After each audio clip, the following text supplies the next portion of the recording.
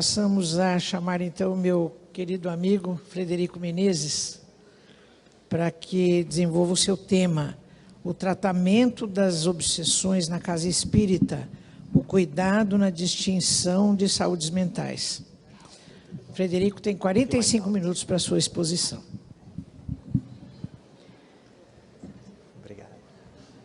Caros amigos das Alagoas, primeiramente, parafraseando o meu conterrâneo Leonardo, trago para vocês um abraço da cidade mais linda do Brasil, Recife, depois de Maceió.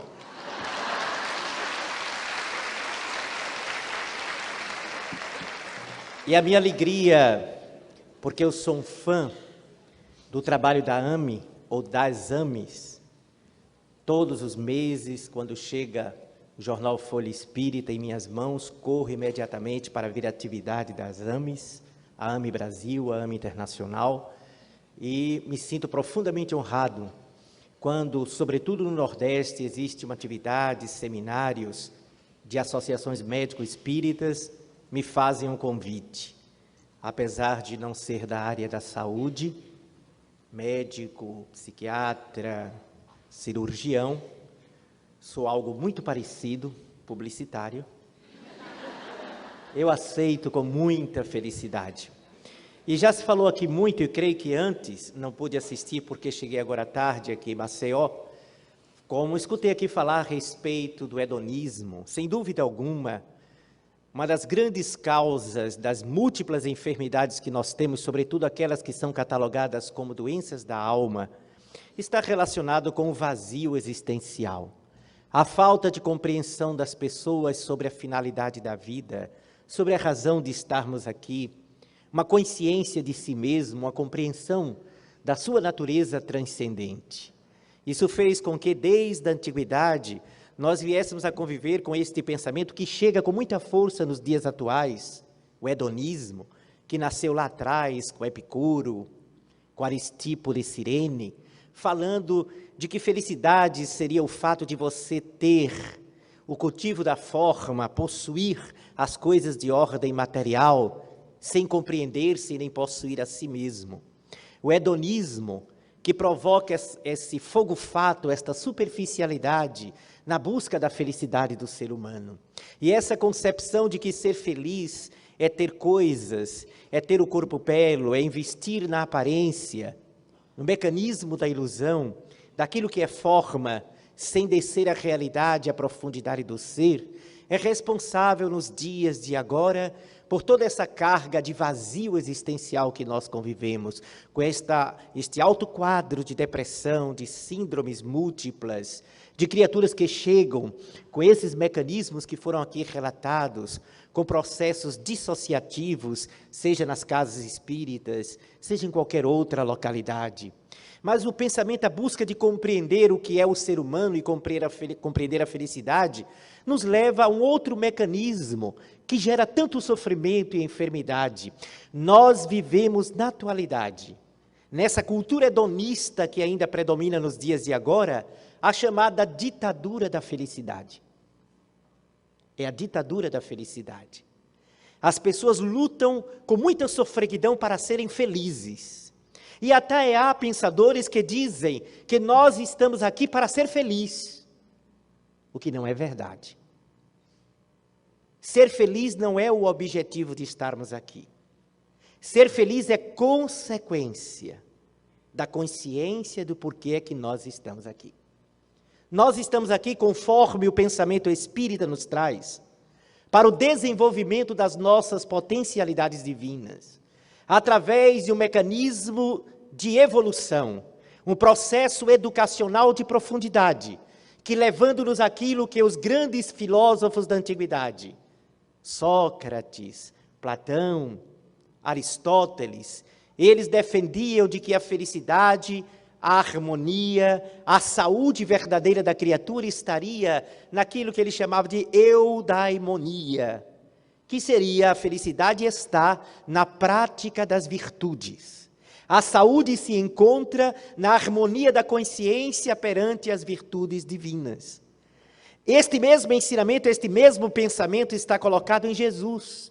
Jesus utiliza a mesma colocação, obviamente com outras expressões, ao demonstrar que a criatura, para encontrar o seu mecanismo de paz, a plenitude do reino de Deus que está dentro dele, necessita amar ao próximo como a si mesmo, fazendo ao outro o que gostaria que o outro lhe fizesse.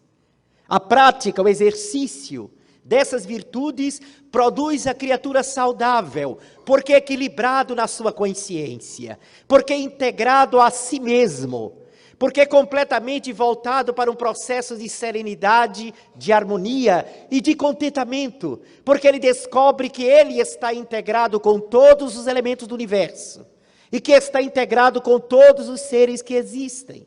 A partir do instante em que ele produz a felicidade, é útil ao próximo, ele acende a estrela da esperança na alma atormentada que caminha ao seu lado, ou na criatura que ele encontra adiante, ele sente exalar de si uma realidade palpável, transcendente e palpável, de que ele pertence às estrelas. É isso que gera na criatura um equilíbrio de força, e como o Espírito é, como nós somos, um fulcro de energia, que cria um campo magnético através das irradiações, através da sua realidade vibracional. Nós criamos uma aura, uma atmosfera psíquica, que nasce daquilo que pensamos, daquilo que sentimos, daquilo que fazemos e daquilo que falamos. Esta realidade que nós exalamos, vai através da lei de sintonia, vai através dos mecanismos da afinidade, atrair forças equivalentes, uma energia equivalente, vibrações correspondentes, vibrações compensadas. Vamos atrair pessoas e espíritos desencarnados que correspondem àquilo que nós estamos emitindo. Eis porque, sendo a doutrina espírita uma doutrina educativa por excelência, apresenta-nos, a partir desta visão, o conceito que Emmanuel, o grande orientador espiritual do Chico Xavier e de nossas vidas, colocou com muita propriedade. Toda obsessão começa no obsidiado. Assim como toda libertação também inicia-se na própria criatura. Porque a obsessão nada mais é do que a correspondência que os espíritos conturbados, perturbados, infelizes, encontram na nossa própria realidade interior. Essa reflexão também está de acordo com aquele pensamento de que ninguém é tentado naquilo que não traz em si mesmo. Tentação nada mais é do que o estímulo em nós mesmos das sombras que nós carregamos conosco, da problemática e das dificuldades que nós ainda trazemos em nós mesmos. Então, cada individualidade é responsável pelas companhias espirituais que carrega, por aquilo que produz à sua volta. Cada um de nós é responsável, através do seu poder de escolha, através da determinação de seguir este ou aquele caminho, de trilhar este ou aquele universo emocional, de pisar neste ou naquele campo de natureza psicológica e de agir desta ou daquela forma, ética ou não ética. Nós estabelecemos o destino, o caminho e as companhias que todos nós elegemos.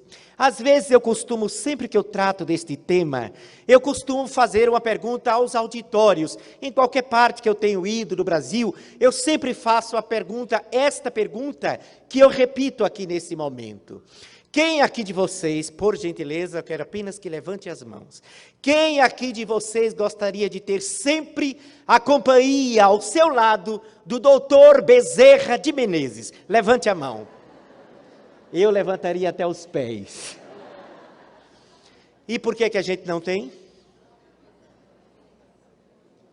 Todo mundo quer um grande guia espiritual, uma alma maravilhosa ao seu lado, aquele espírito luminoso, um Joseph Gleiber, uma irmã Sheila, uma Joana de Ângeles, almas maravilhosas nós queremos. E podemos ter esses espíritos magníficos ao nosso lado, mas porque habitualmente as pessoas que tanto anelam ter espíritos desta envergadura ao seu lado, vivem conturbados, perturbados, agressivos, deprimidos, entristecidos, melancólicos, esquizofrênicos, neurastênicos, abatidos. 15 anos de atividade espírita, acorda que parece que dormiu numa cama de prego. Já acorda de mau humor, tudo sob efeito de gravidade, tudo caindo, a olheira, a bochecha, tudo arriando. Você quer que está vendo sem viço, perde a elasticidade à pele. É aquele monumento à derrota. Mas nos dias de reunião das instituições espíritas, lá está aplicando paz, na evangelização, que deve continuar, mas que merece fazer uma reflexão em torno desta questão, porque estes problemas, a doutrina espírita está no planeta Terra para nos trazer respostas a estes males que invadem a alma humana. Nós vivemos numa sociedade, todo mundo sabe disso, que avançou extraordinariamente no campo da inteligência. Conquistamos aspectos magníficos da intelectualidade. Trouxemos ou geramos conforto material. O avanço da ciência médica é incontestável. Hoje já se sabe, olha que coisa maravilhosa, que o útero não sobe para a cabeça. Embora até a gente acredita que de vez em quando isso ainda acontece. Porém, ao mesmo tempo que nós temos coisas fabulosas da medicina, da nossa ciência, nos seus variados ramos, ainda convivemos com um alto nível de quadro patológico, de infelicidade e frustração dos seres. As pessoas são infelizes, quando, aparentemente, teriam tudo para serem felizes. Mas esta mesma ciência, que ainda fica na superficialidade do que é o ser humano, já encontramos avisos, caminhos para novos paradigmas, como as AMES vêm apresentando no Brasil e lá fora. Nós temos aqui e ali expressões, relâmpagos, flashes, que estão espolcando aqui e ali na grande noite do pensamento da inteligência humana, convidando as pessoas a pensarem conforme o Evangelho de Jesus propôs há mais de 2000 anos atrás, quando lemos pesquisadores de universidades americanas e europeias que começam a trabalhar o pensamento de que a ausência de perdão já é um problema de saúde pública. Muita gente está doente porque não perdoa, porque não se perdoa e nem perdoa os outros. A ausência do auto-perdão, sim, porque muita gente diz, eu não tenho nada contra ninguém, graças a Deus, não preciso perdoar ninguém, mas vive infeliz porque não se perdoa, não perdoa a opção que fez há 10, 15, 20 anos atrás. Ah, meu Deus, lá no fundo, quando não diz, fica lá o inconsciente trabalhando. Por que é que eu não casei com aquela pessoa que eu amava, casei com aquela mala sem alça? Há 15 anos atrás. Há 20 anos atrás. Ah, porque eu não fiz aquele curso. Fiz o que meu pai queria, mas eu queria mesmo era ser de tal profissão. Fica a frustração. Por que eu não fiz aquela viagem quando eu tive nas mãos? Mas fui pensar em fulano, ciclano, beltrano, minha mãe, meu pai, meu filho, não sei, não fui. Aí fica martirizando-se e desenvolvendo de dentro para fora uma energia potencialmente destrutiva, que não vai apenas aparecer em forma de tumoração, em forma de afecções múltiplas, em forma de bursite, reumatismo, artrite reumatoide, artritismo, as chamadas doenças autoimunes. Que 65% a 70% de quem tem essas doenças autoimunes só as tem, porque durante muitos anos quase sempre cultivaram mágoa, ressentimento e frustração. Mesmo que não tenha mágoa contra alguém, tenha automágoa. Mesmo que não tenha nenhum ressentimento contra outra pessoa, tem ressentimento das próprias escolhas. Não aceita, não assume que passou aquilo. Foi uma atitude, agora é olhar daqui para frente. A falta de autoestima nasce do fato de que, por não se perdoar, tentamos nos matar todos os dias. É a autodestruição, porque não aceitamos que tivemos aquela opção que nos macera até os dias de agora. E aí nos sentimos infelizes, entristecidos e abatidos. O Centro Espírita, que é uma universidade da alma, eu não gosto muito quando eu escuto, eu vou ao Centro Espírita às vezes, e às vezes as pessoas antes de passarem a palavra para a gente, dizem assim, meus irmãos, sejam bem-vindos a esse hospital, porque somos todos enfermos. Gente, aqui para nós, mesmo no meio desses médicos todos, quem é que gosta de estar em hospital? Nem os médicos, quase sempre. A pessoa já chega traumatizada, perturbada, angustiada, deprimida, nociva, irradiada. Senta, vai no Centro Espírita porque é a última tábua de salvação. Já passou em Leonardo Machado, já foi para o Pai de Santo. O último é o Centro Espírita.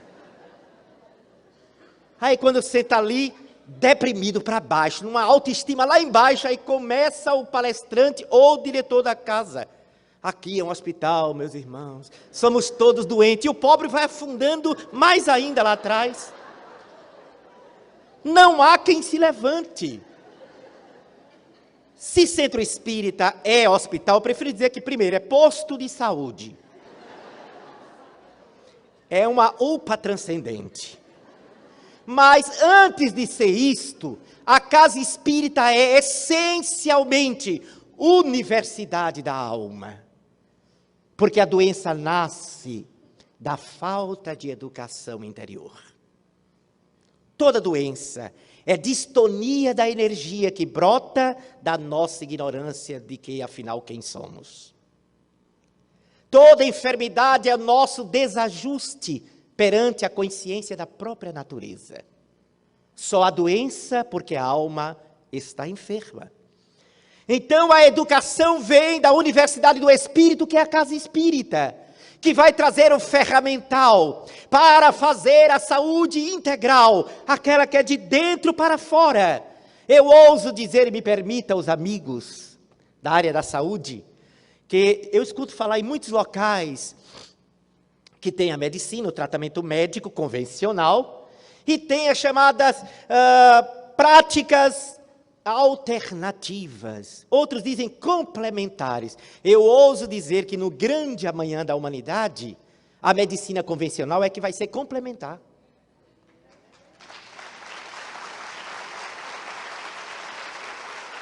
Porque ela vai tratar do corpo. E no grande amanhã, o tratamento da própria medicina real já estará tratando o espírito, que é o mais importante, como as AMES vêm se antecipando e trazendo um novo paradigma. É preciso tratar o ser que enferma, e não a doença, que é reflexo do indivíduo, como aqui foi muito bem colocado no painel anterior. A nossa medicina ainda lida com a doença, quando deveria aprender a lidar com o ser humano, porque é na sua dificuldade de interação, a dificuldade que nós temos de lidar conosco mesmo, de lidar com aquilo que nos cerca. Quanto sofrimento não brota, quanta perturbação espiritual não nasce do fato de que nós não aceitamos ou não conseguimos lidar com as provas, os testes, as dificuldades do caminho. E ali nós não compreendemos, enxergamos o problema como sendo adversário da nossa felicidade, e não é. Problema, se nós conquistarmos um pouco de maturidade espiritual e de sabedoria interior, vamos enxergar os problemas como sendo instrutores, a nos apontar o caminho verdadeiro da saúde integral, que trará como consequência a felicidade, que não é um fim, é consequência. Esse processo é a tomada da consciência das virtudes, que é aprender a lidar com as dificuldades, a tolerância consigo mesmo, a compreensão e a tolerância do outro, a capacidade de perdoar, porque o perdão nasce do entendimento de que todos nós temos necessidade de ser compreendido pelo outro. Quem não consegue perdoar o outro está se colocando de uma maneira presunçosa na posição de que nunca precisou, nem irá precisar da compreensão alheia. E ninguém está isento dessa necessidade. Então, perdoar é, na verdade, projetar de si sobre o outro. Ao outro que eu estou perdoando, na verdade, eu estou projetando a mim mesmo que tenho necessidade da compreensão dos outros. E o interessante é que para quem está aí dizendo, graças a Deus, então vou esperar que fulano me perdoe. Bom, quem perdoa é uma maravilha.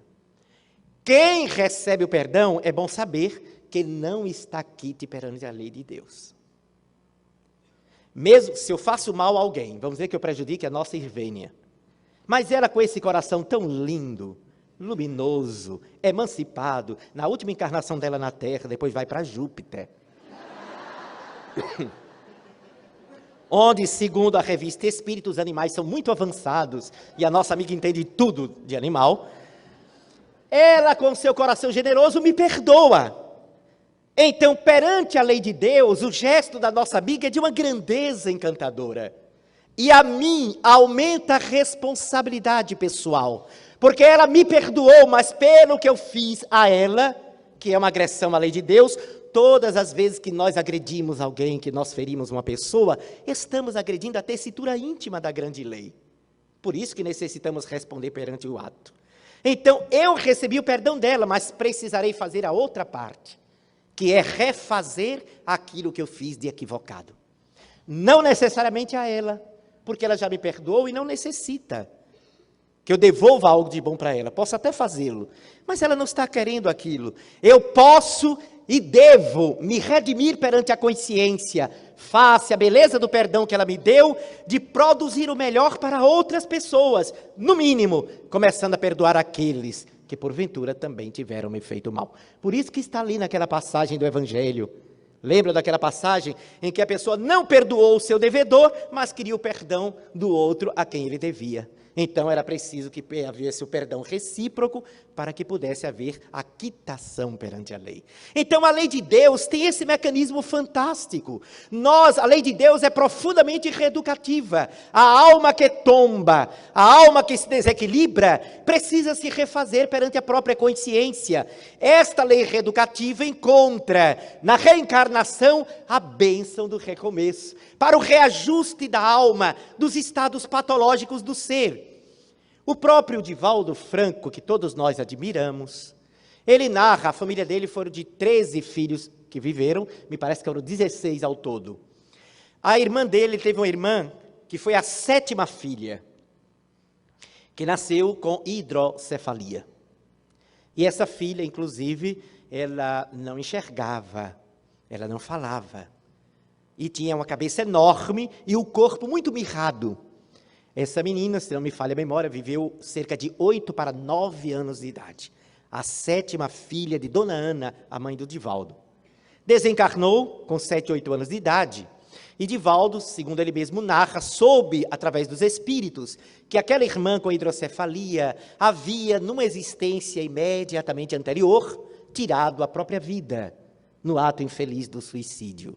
Retornou naquela condição, devido à maneira como ela tirou a própria existência. Reencarnou com a limitação na constituição cerebral, produzindo líquido cerebral, e a partir daí, ela viveu os 8 para 9 anos de idade. Desencarnou, e a grandeza da lei de Deus não se manifestou apenas naquele reencarne para reajustar as forças do espírito suicida, não.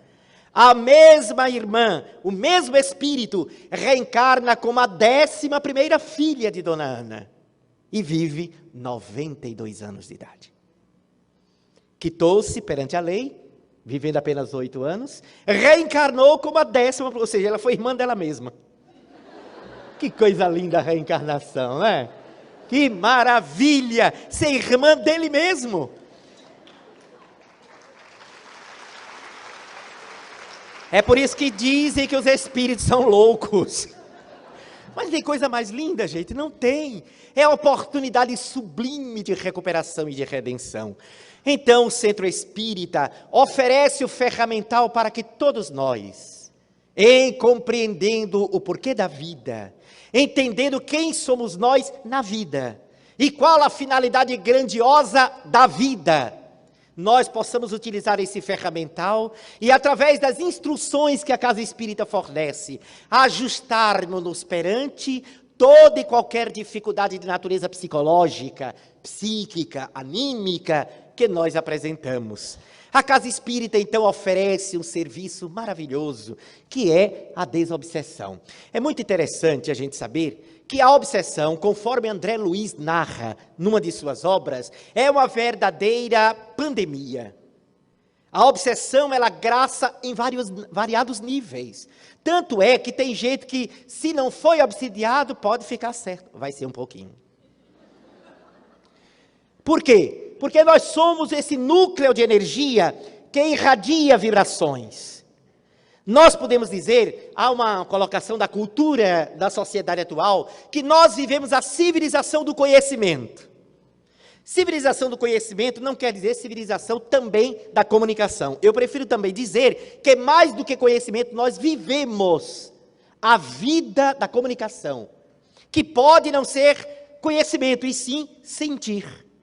Então nós irradiamos vibrações, e como estamos cercados por uma nuvem de testemunha, conforme a colocação bíblica, explicado pelo Livro dos Espíritos, quando Allan Kardec indaga aos espíritos superiores, se eles, os espíritos, interferem em nossas vidas, a resposta é contundente. Sim, muito mais do que imaginais, tanto que frequentemente podemos vos dizer que são eles os espíritos que vos dirigem, que vos inspiram, e eu até ousaria complementar, tanto para o bem, quanto para o mal. Então nós nos movimentamos em ondas e mais ondas de energias de variados níveis, e dentro dessas vibrações de variados níveis, como a maioria das criaturas que desencarna na Terra, é uma maioria, eu pergunto a vocês, educada ou deseducada espiritualmente? Dos que desencarnam. Deseducado. A maioria de nós está preparado para a morte ou despreparado? Despreparado. Como os espíritos são as almas dos homens que viveram na terra, ou em outros mundos, e como as almas que vivem na terra, na sua grande maioria, encontram-se no nível, muitos deles, de primarismo assustador, e outros que mesmo que não estejam no nível primário, mas que estão ainda no nível muito baixo, de experiência de desenvolvimento íntimo e espiritual, a grande maioria permanece aqui preso na crosta, ao nosso derredor, vivenciando as mesmas experiências que quando estavam aqui na Terra. O seu corpo espiritual apresenta uma densidade, uma materialidade correspondente à natureza do seu pensamento também materializado, pouco educado, pouco espiritualizado. Então eles sentem as mesmas necessidades que tinham aqui na Terra. Sentem fome, sentem sede, vontade de tomar o álcool, vontade do tabagismo, vontade da drogadição das mais variadas espécies, e aqui permanecendo, aquecendo-se na vibração dos corpos físicos e dos pensamentos correspondentes dos encarnados, eles passam a respirar a mesma atmosfera, e a partir daí, a estimular as pessoas a buscarem aquilo que eles também se comprazem. Então, a partir daí, nós verificamos que este contato, este conúbio, mente a mente, intenção a intenção, desejo a desejo, estabelece-se, infelizmente, na sua grande maioria, de maneira infeliz. Sendo assim, a Casa Espírita oferece um serviço magistral, a chamada desobsessão. Eu tive uma experiência muito interessante. Eu estava no trabalho, numa sala, e escutei quando um senhor perguntava, eu queria falar com o seu Frederico. Eu saí, e lá estava um senhor, um tanto quanto nervoso, acompanhado da esposa, e eu me apresentei, sou eu, Frederico. E eu notei que ele estava meio assustado porque estava no centro espírita. Ele era evangélico. E ele disse, olha, eu vim aqui porque aqui vocês trabalham com aquelas coisas, né? Eu não presto. E como ele estava no meu território, eu vou fazer ele falar o nome.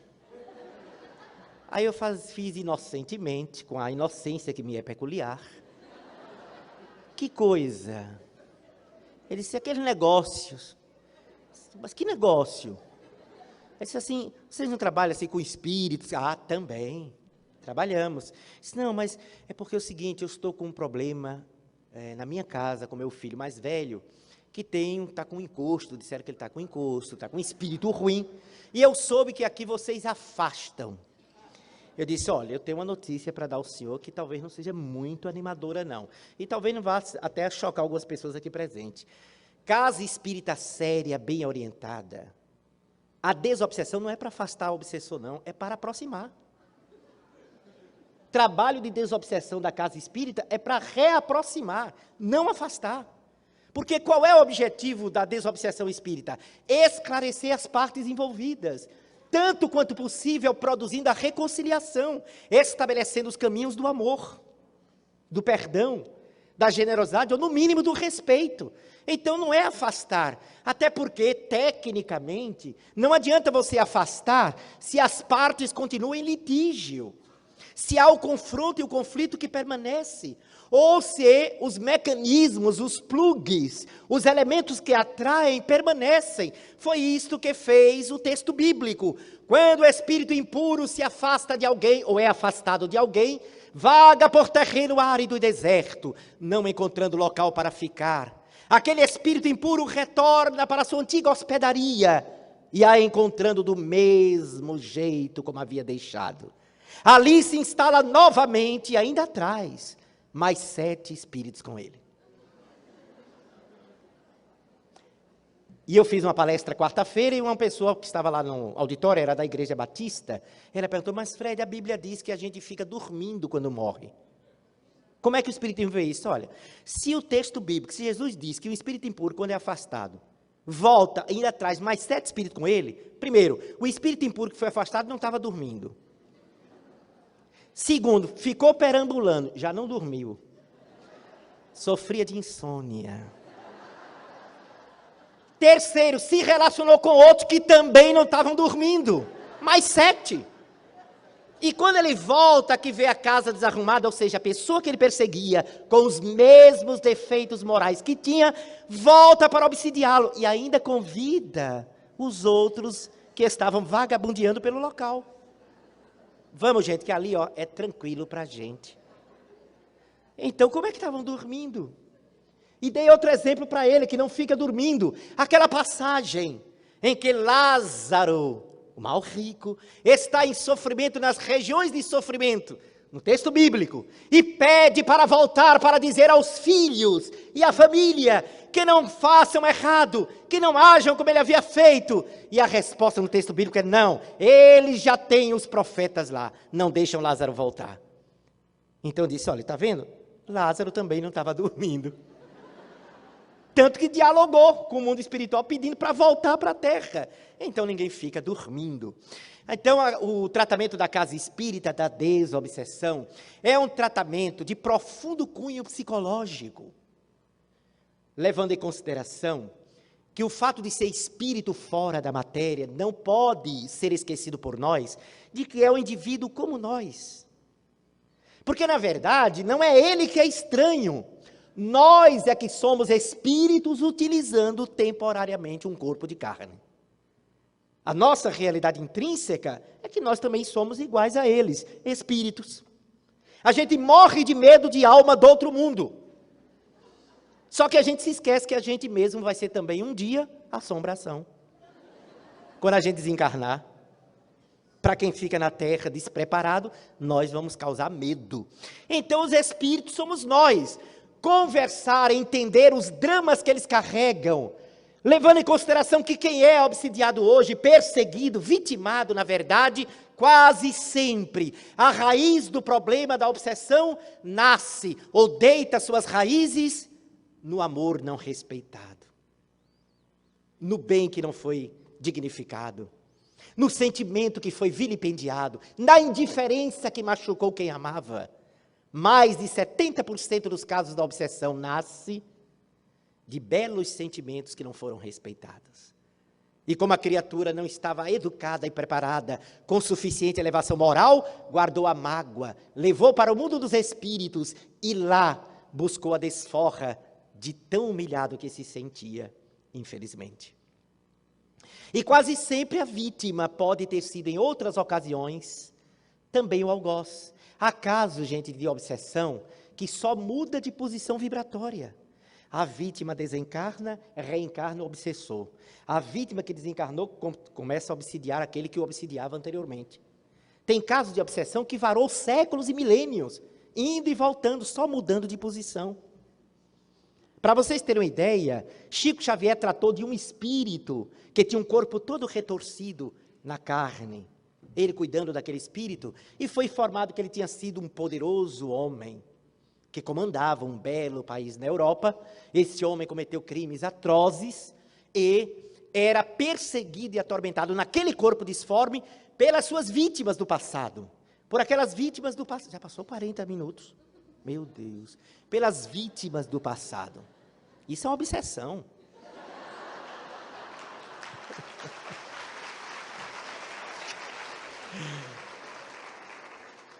E aí descobriu-se uma coisa interessante. Emmanuel disse que quando o último que o perseguia, que foi degolado na guilhotina por ele, o último fosse esclarecido, ele desencarnaria. Porque o corpo que ele estava utilizando era um corpo proteção.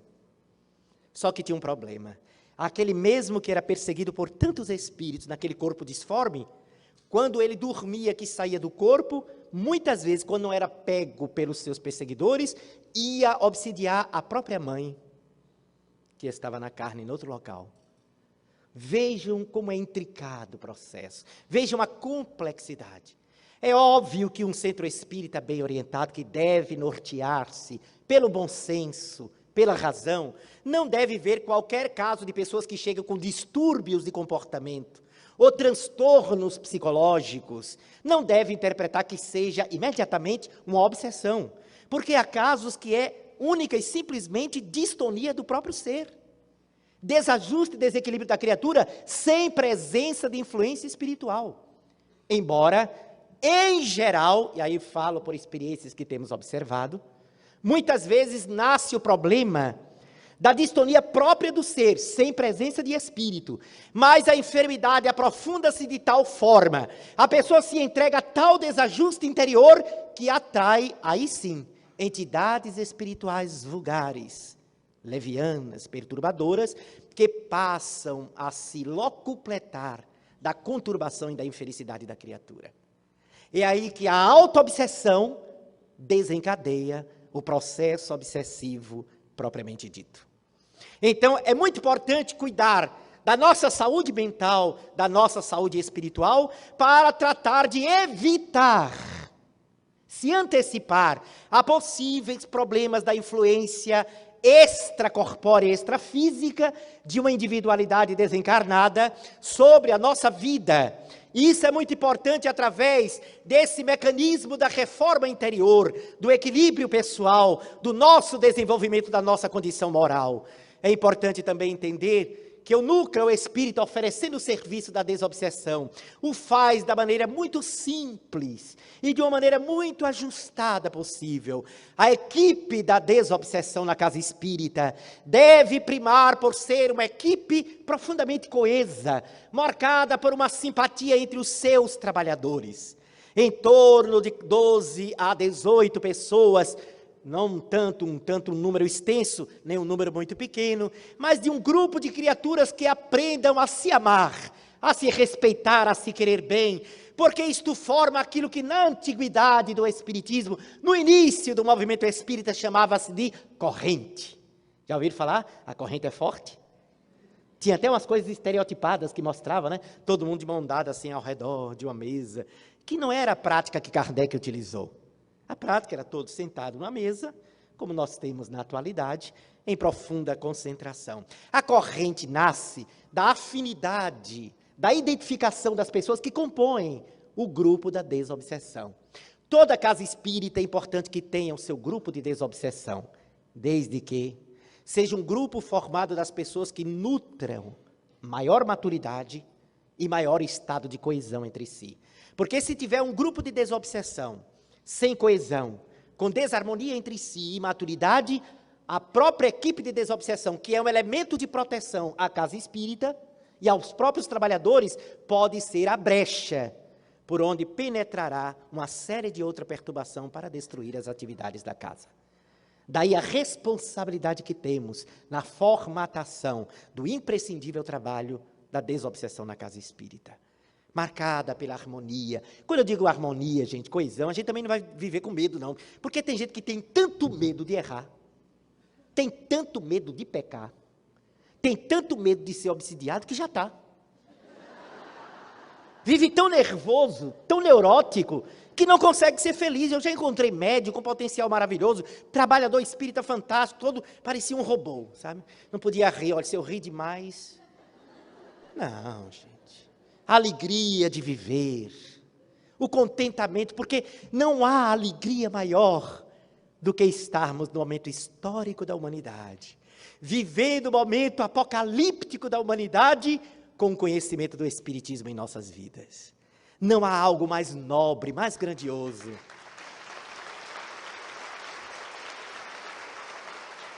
Do que sermos espíritas, sem qualquer ufanismo, sem qualquer fundamentalismo, mas por gratidão a Deus, por nos dar esse mecanismo de interação, de respeito às mais variadas condições. Olha como o Espiritismo trabalha, aproxima as pessoas, respeitando todos os segmentos. Fui procurado certa feita por um casal também evangélico, levando um filhinho de 8 anos. E ele disse para mim, olha, eu sou da igreja Assembleia de Deus. Eu vim aqui porque é o seguinte, o meu filho está há 2 anos com um problema que vultos não deixam ele dormir. Ele, quando vai dormir, aparece um senhor, um rosto, que sorri para ele, e ele morre de medo, não consegue, mas me corre para a nossa cama.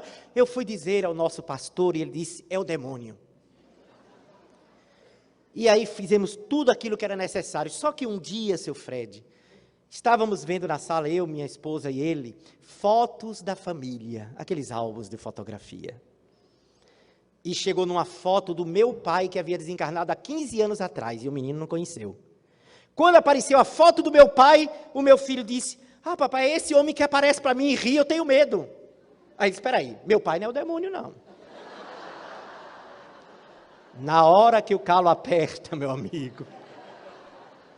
Então eu vim aqui para ver o que é que faz, então nós conversamos, foi feito todo um tratamento, conversado com o pai dele, com o espírito, então compreendeu, afastou-se, o menino ficou muito bem, e eu me lembro como se fosse hoje, no retorno dele, ele feliz da vida com a esposa, o menino brincando, serelepe, animado, ele disse, olha, seu Fred, o menino está bom, não teve mais problema nenhum, como eu estou feliz, o que é que eu faço para agradecer a vocês? Nada, meu filho, ajude outras pessoas, semeie o melhor, viva o evangelho. Eu disse, mas Fred, tem uma coisa, eu não queria deixar minha igreja para vir para cá, não.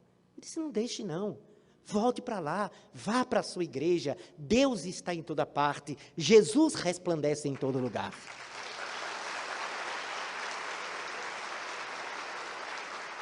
Então, o menino me deu um beijo, ele me abraçou, a esposa também, e quando já estavam no portão saindo, eu já ia me voltando para dentro, ele disse, seu Fred, quando eu virei, ele disse, graças a Deus, que eu sei que agora que meu pai não é demônio, e foi embora. É a bênção da vida, por isso que a desobsessão na casa espírita é a luz que esclarece, que ampara, porque todos nós já recebemos de alguma maneira uma desobsessão quando éramos desencarnados. Quantas vezes talvez nós não desencarnamos e precisamos do mundo dos espíritos, daquele esclarecimento do anteparo, do estímulo ao nosso perdão. Então é isto que é oferecido à casa espírita, de uma maneira simples, objetiva, direta, amorosa e compassiva, esclarecendo almas, edificando vidas, libertando os seres, iluminando consciência e apontando o rumo. Desta maneira, meus amigos, aproveitando esta catadulpa de luz, que é o Congresso Medinesp, que nós possamos então dizer ao Senhor da vida, cheio de gratidão, muito obrigado, meu Deus, pela grandeza da doutrina espírita, pela luz do Evangelho e por este Medinesp que vai nos fazer sair daqui mais rico, mais responsável e, com certeza, mais saudável e, consequentemente, mais feliz. Muita paz para todos.